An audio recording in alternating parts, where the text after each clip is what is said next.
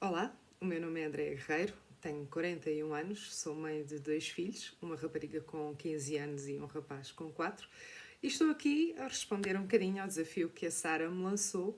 hum, e desde já dou-lhe os parabéns por todas as iniciativas que ela tem tido no âmbito de desmistificar um pouco aquilo que é a amamentação. E estou para falar também sobre aquela que é a minha experiência. Eu não quero ser muito maçadora, porque as histórias são sempre muitas, quando uma mãe decide amamentar, até à difícil decisão de que será a criança a decidir quando é que quer largar. É isto que acontece comigo. O meu filho vai fazer 4 anos para a semana e eu ainda o amamento. De facto, não foi nada fácil esta decisão. Eu tinha tido uma experiência anterior, a minha filha, quando eu a tive, só lhe consegui dar de mamar durante 2 meses e meio, porque o pediatra me incentivou a experimentar dar-lhe o suplemento, porque ela chorava imenso, e na altura diziam-nos muito: a criança tem que aguentar no mínimo 2 horas sem precisar de ir à mama, porque se pedir, portanto, o tal conceito que hoje nós conhecemos como livre demanda, não é?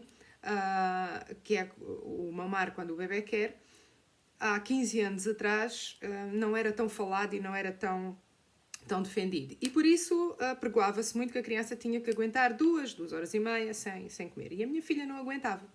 Não aguentava e isso fez-me pensar que a minha mama não estaria boa para ela.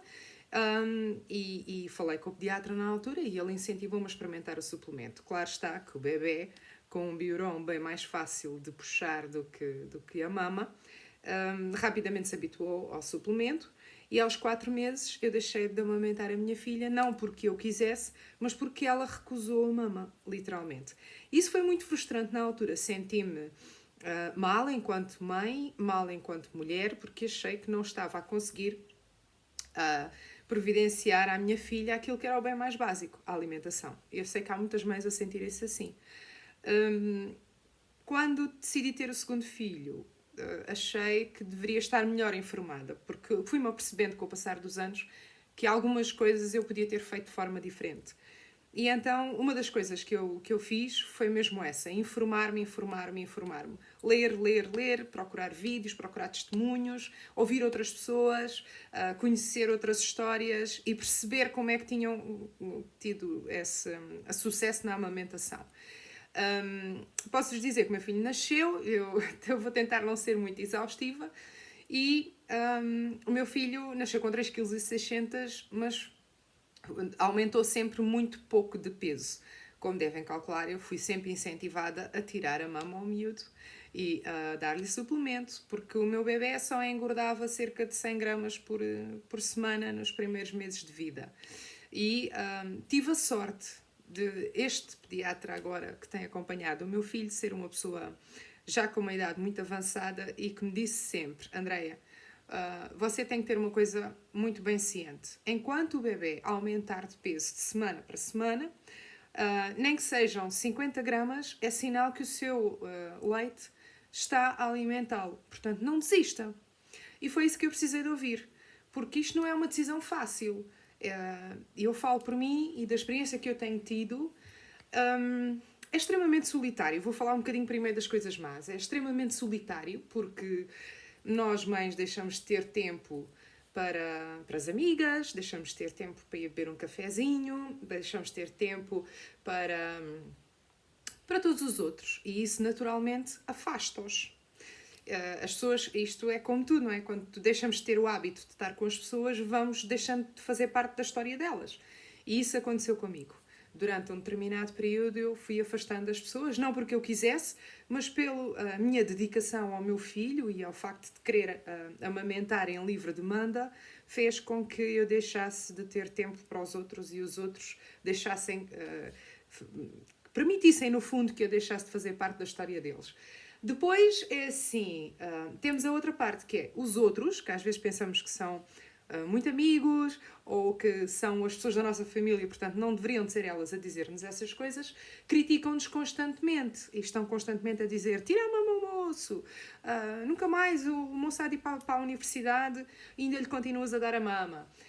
já viste, agora nem podes beber um copo, não podes sair connosco. E isso mexe muito. Mexeu comigo. Eu acho que as pessoas não têm noção do quanto custa ouvir isto. As pessoas não têm noção do quanto nos magoam, porque isto é uma decisão que acaba por ser nossa, exclusivamente nossa, e as pessoas deviam de entender isto. E depois é a nossa sociedade que não está preparada. Eu dei sempre mão ao meu filho em qualquer local. Inclusive, o meu marido brincava com a situação e até fizemos uma coleção de imagens engraçadas quando estivemos em Londres. Ele veio, claro, obviamente, não é? E cada vez que ele queria mamar, ele já tinha 2 anos e meio, cada vez que ele queria mamar, eu dava-lhe a mama, fosse onde fosse. E então, o meu filho tem fotografias a mamar no Museu Nacional de Inglaterra, tem fotografias a mamar em todas as ruas praticamente de Inglaterra, e senti muitos olhares estranhos, olhares de quem pensa assim, pá, esse bebê já é um bocadinho grande para lhe dar de mamar ainda.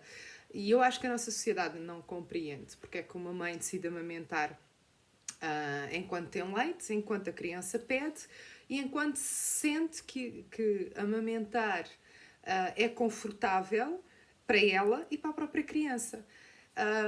No entanto, isto também tem uma parte que eu honestamente acho que é maravilhosa.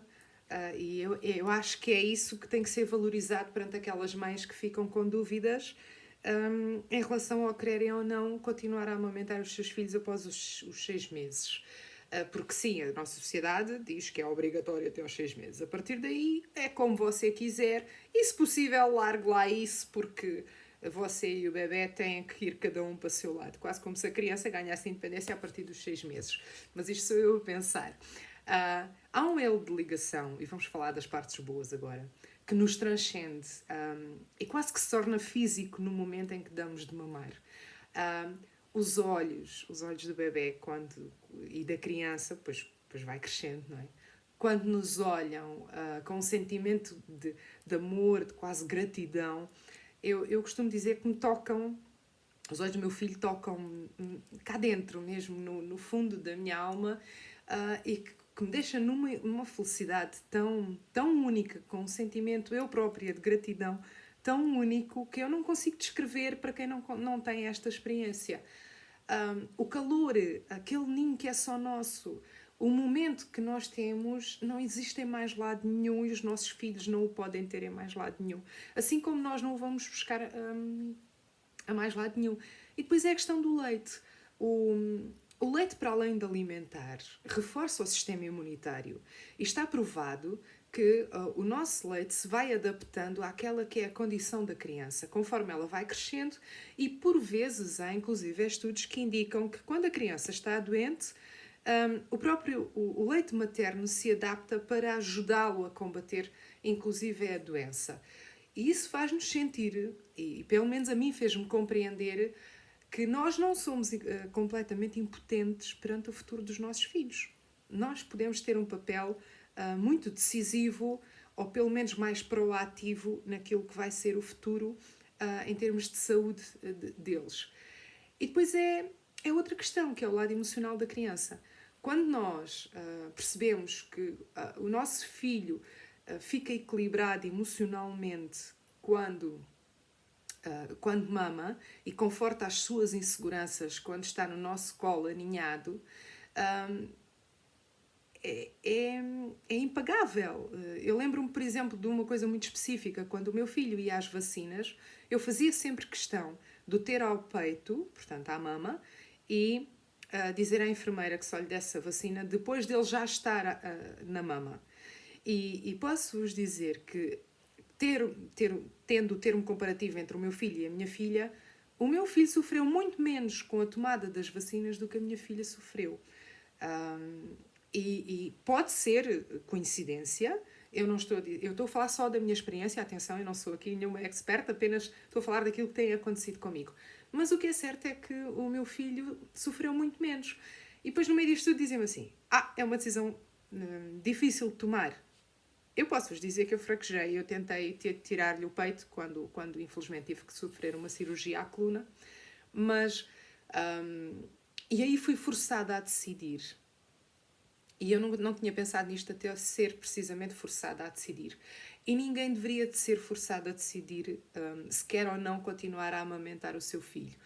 O momento em que o tentei fazer e que me diziam aproveita agora que tiveste que estar hospitalizada, tira-lhe a mama, foi insuportável quando eu olhei para o meu filho e ele a tentar ser compreensivo e disse-me, já não podes dar maminha?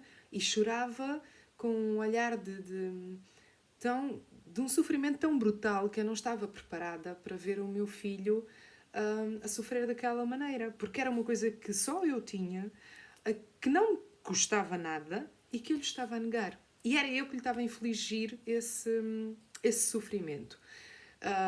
Admito que fraquejei, porque não consegui, não suportei ver o olhar de sofrimento dele. Vi que ele não estava preparado emocionalmente e então tomei esta decisão. Ele só larga a mama quando ele achar que está preparado. E quando ele me disser assim, mãe, eu já não quero a maminha, tudo bem, vai ser ótimo para ele, para mim, eu vou estar à espera desse momento, vou apoiá-lo, tanto num momento como no outro. Ele, neste momento, já só mama de manhãzinha e à noite, antes de dormir. No fundo, eu sei, e podem dizer o que quiserem, é a Xuxa dele para dormir, é o conforto dele para dormir, é verdade. Mas sendo mãe, qual é o problema? Ninguém tem nada a ver com isso. Essa é a grande questão. E há outra, extremamente importante. Mães, sintam-se bem convosco próprias. Eu voltei a sentir-me bem quando aceitei esta decisão dentro de mim.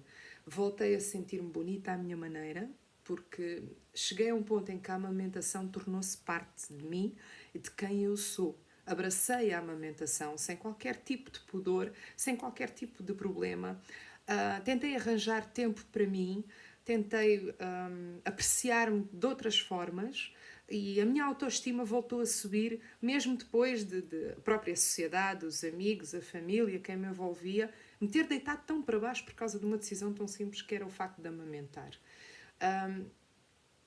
Portanto, o que é certo é que eu não sei até quando é que vai durar. Estou bem com isso, não penso nisso. Os meus amigos e familiares já aceitaram, mas também há uma coisa, e eu quero deixar aqui presente só para fechar este meu testemunho. Eu nunca criticaria uma mãe que tomasse uma decisão contrária à minha, porque chegou um ponto em que essa mãe precisa de voltar a si própria, ou porque não quer, ou porque não gosta, porque não é uma fraqueza, é uma opção. E há uma questão tão básica quanto isto. Ninguém tem nada a ver com isso. É uma decisão vossa. É uma decisão da mãe e do bebê.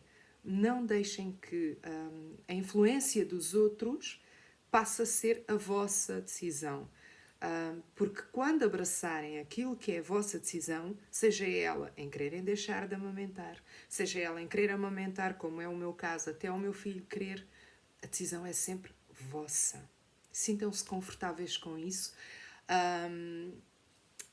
E lembrem-se sempre que amamentar até esta idade não é fácil. Mas digo-vos sinceramente, foi a melhor decisão que eu alguma vez tomei na minha vida. E espero ter ajudado com este meu testemunho. Há muitas histórias metidas no meio desta decisão de amamentar. Como viram, não foi fácil, mas sinto-me muito confortável e muito feliz por ela fazer parte de mim. Obrigada a vocês. E já sabem, a decisão é sempre vossa.